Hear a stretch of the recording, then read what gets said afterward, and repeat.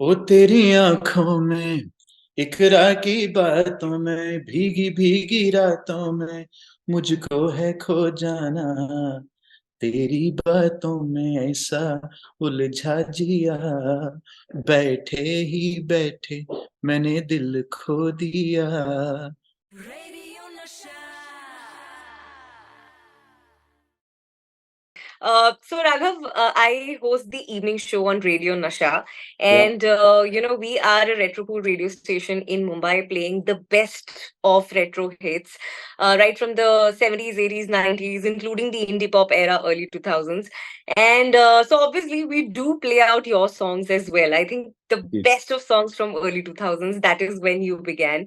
But before I go back to your journey, let me start by talking about the song that has become a rage night right now, which is Yeah. Teri Baaton Mein. Put a bit on the Okay, record. it's Mhm. yes, Yeah. it's come out again in this film, which is called Teri Baaton Mein Aisa Uljha Jiya, starring Shahid Kapoor and Preeti Sanin. So yeah, were you aware that this song is being used again, repurposed again? Were you aware of this?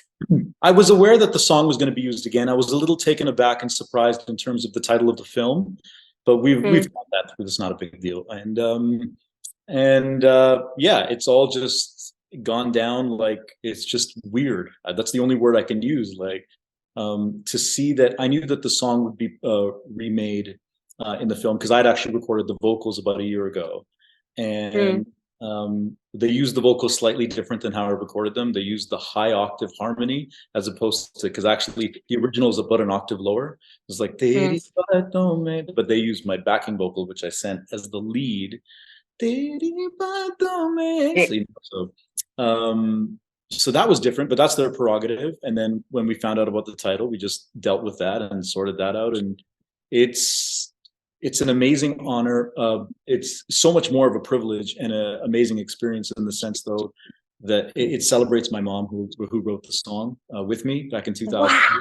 Yeah, you didn't know that. So I was the original rhythm is from a song called Murder She Wrote, which is a big reggae dancehall record. Murder She Wrote, na na na, Murder She Wrote. And my manager at the Hmm. time was working with Slime Robbie, who produced it. So I got the rhythm, and this idea for a Hindi song came in my head. But I live in Calgary. Need I show you the snow again? And Hmm. I didn't have any Indian lyricists. I was like, who could write lyrics in Hindi? And then Hindi. we gave it to Mom, who's like funny and talented. She's the most talented person you'll meet. So um, for her now, Mom's turning 80 this year. For her to be celebrated with her work as a title of a Bollywood film, something that'll live forever, with a song that seems to still live forever, it's just extra. Yeah. Yeah. Yeah, and what a beauty. I didn't know your mom wrote the lyrics for this song, so I think it's all the more special. Take me back to the time when you actually made Storyteller, your debut album. It had songs like Can't Get Enough, it had Let's Work It Out, and I think using old songs as a hook and then creating your renditions and versions of the song became the Raghav style, right? Yeah. So yeah, talk to me about your debut album, Storyteller. How did you make it? Well, it's a little less formulaic. You're right. It's a little less formulaic and thought out like that. It was really Mm. that, when I grew up, and I'm going to go a little further back, growing up as an Indian kid in Western Canada, like if you came here, it's not the kind of environment that breeds a multicultural pop career, But my parents just did a wonderful job of maintaining our Indianness in the family without it being segregatory to living in Canada. It was kind Mm. of seamless, like I had all kinds of friends, and but at home it was just something we spoke and did and listened to. It was like an added thing in our life, that is very special. So it just felt like this was part of who we were, knowing that we were clearly different from 99% of the peers that were there. And we had a nice little, a lot of engineers came from India here to work in Western Canada. So we had a nice community. So it felt like we had this dual existence that seamlessly merged into one another. And that's what those records are supposed to be. They're supposed to be someone that grew up listening to Stevie Wonder and Michael Jackson and Boyz II Men and Marvin Gaye, but also lived in a Western Canadian province where he heard country music playing on the radio, but also in the car when he was a kid would only listen to O.P. Nair stuff that his mom played. And my sister started listening to Amitabh Bachchan films and Kishore Kumar. It's just somewhere. My dad, I remember, brought me a Harry Belafonte tape when he was working in Germany when I was probably 3 or 4 years old. So it's like a merge of all those things that is literally who I am. And then when I put it out into the world, the amazing thing is that so many of us have had that experience. Even people that didn't leave India had that experience, you know, and it just became something. You're right, that is a signature sound that you could say is mine. But it's more than that. It's everything about all of us that grew up in that era. And the amazing thing is that it's still true for today's youth that are 18, 19, 16, 15. When I see them dancing to Desperado, it's that same thing for them. So that is a testament, though I appreciate people complimenting me for that. That is a testament to how small the world is, even when it was bigger. And that it highlights that through my music and that it comes through authentic. Yeah. So 2004, your debut album came out, Storyteller. Do you remember what exactly happened after that debut album came out? I mean, was it like success overnight? Was it like calls and messages and how was it like?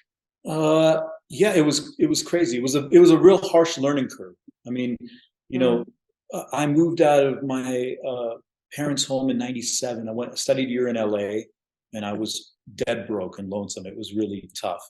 Then I came back to Calgary and worked in an electronics store for a year. Then went to study in Liverpool, and that was great. It was a culture shock. Then I moved to London and really lived above a chip shop for like 2 years, really, on Holloway Road, and it was really tough. And the tough part was seeing all my friends and cousins were becoming engineers and doctors and accountants, and their lives were going, and here I was, like, it was starting to become precarious as to whether or not I could continue the dream. But I'm lucky that I had a family that didn't allow me to quit before the miracle happened. So when it happened, I was just so relieved. I was like, thank goodness. Even if it's one song or one album, thank goodness it happened. And in that moment, you're not really so much worried about what the future holds, but it's a validation of everybody that supported you to get to that point, you know? And I would say there was a lack of foresight on everybody's part, maybe not even a lack of foresight. You can't know. The industry changed so drastically after that first album. Indian pop music was virtually taken away. It was shot off the map, you know, and no one was playing pop music anymore. And, you know, that made my 30s a little difficult. I felt like I had all this great music to share, but I didn't have a platform to get it to the people that were my fans. And the comments were all like, where did you go? And I'm like, I'm here. I'm here. So this renaissance has started with Desperado, and actually it started before that during COVID. It feels like that all over again. Very long answer to tell you. It feels like that feeling all over again, except this time you can almost appreciate it for what it is with more scope, you know? Yeah. So after that, it was something, the sound was something so new. I mean, there are mashups today, but when you did it back then, with the originality, it didn't sound as if it was copied or it was, ripped from a song. It sounded like an original creation. It was an original creation. But after that, was it difficult to kind of get work in the industry? No, I've been really lucky. I've been lucky that I've been working for 20 years. So no, I've never had difficulty. I've never had difficulty getting work. I would say though that there was a period of time where I think when you're an independent artist, you're signed to a label abroad. I did think I was taken advantage of in terms of the remakes to the records that we made were gross. It was a really disheartening time. And the way the process works is that if I choose to sample a song, I have to send it to the company that owns the sample to get it cleared. And oftentimes I would send it away, thinking that we were going to clear this with clean business. And then I would notice that they had copied my demo and released, it was really frustrating and disheartening because there was a lack of integrity and honesty that has changed so much now. In fact, now, as we were making this film and I'm going through some other stuff out there, people are they want to make sure they do right because they know the fans have the power. If you look at the comments on the new film, It's like 50% of the comments are about the movie or the song or the memory of the original, and 50% of are people going, "Did they screw you? Did they screw you over? Are you okay? Did you get paid?" It's like I have Did you millions. get paid? Did you Yeah, get yeah, paid, Raghav? yeah. Homie got paid. But the point is that it's like now people are cognizant of all those bad behaviors and want to make Yeah. sure that music artists, people they love, aren't subjected to that again. So it's pretty cool. Yeah. And okay, I want to know, I've always heard your songs and I've always thought, how do you pick these hooks? Like, for example, Leke Pehla Pehla Pyar, or if it's, Kabhi Yaar Kabhi Paar, or if it's using Churalia and Yeah. Desperado. How do you pick these songs? Well, Kabhi Aar Kabhi Paar is one that that's me totally, because I used to listen to it in the car growing up, and I always thought I always just thought, dun, dun, dun, dun, dun, dun, dun, dun, dun, dun, dun, dun, dun. It just felt so R&B to me, and if you just break it down in chords, it was just so 90s soul R&B. It worked. But the guy that ended up producing that, my collaborator on those records, is Mushtaq. And then after that, it's been purely collaborative. Mush picked Leke Pehla Pehla Pyar, he picked Churalia. I was hesitant about Churalia, actually, because I thought it was almost too well known a record. It had been previously sampled, but Mush convinced me that we were taking the least known part of the record in a way. We weren't taking, there's a part of Churalia that I think is great, but it's a little cheesy to me to, like, I wouldn't want to sample the main chorus bit. And the way he took it, and we'd never sampled a male vocal before, it just sounded like dangerous over that kind of Latin R&B thing that we had going on. So all credit goes to Mushtaq for that. And we're taking another one that we've completed the deal on, that will be out February 16th from a film called Sahib Bibi Ghulam. It's what is the song?